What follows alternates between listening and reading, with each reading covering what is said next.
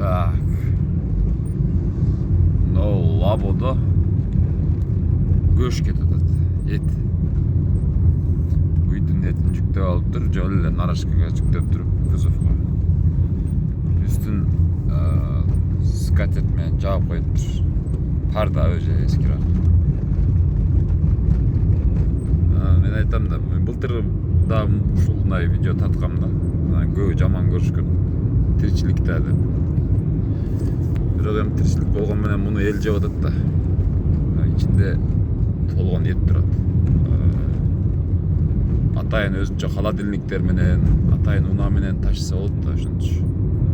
Эме кылбайчы. Лабода тазалыгын карабай эле эптеп болбойт да, ачык айтайын. Ичи толо эт. Азыр токтотуп айтсам, ушу малдын көчтөрү болот. Апарып анын бизге берет. Азыр бул Зайна Беденовая көчөдөн бурулуп кирип касапканаларга барат.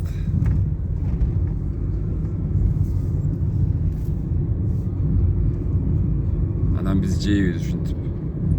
Союп, эптеп, лабого жүктөп алып келип эме кылышат да. Элге сатышат. Эми айта бергенде деле баары эчтеке өзгөрбөйт экен, бирок баары айтып койгон жакшы деп ойлойм. Себеби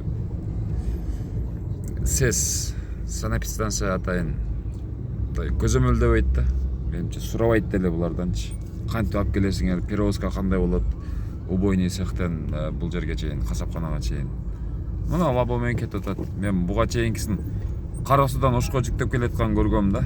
Ошол ачык эле Лабонун артында шалдырап, мына шаардын ичинде мындай ачык кетип атат да, үстүн тарсоко менен жаап койгон.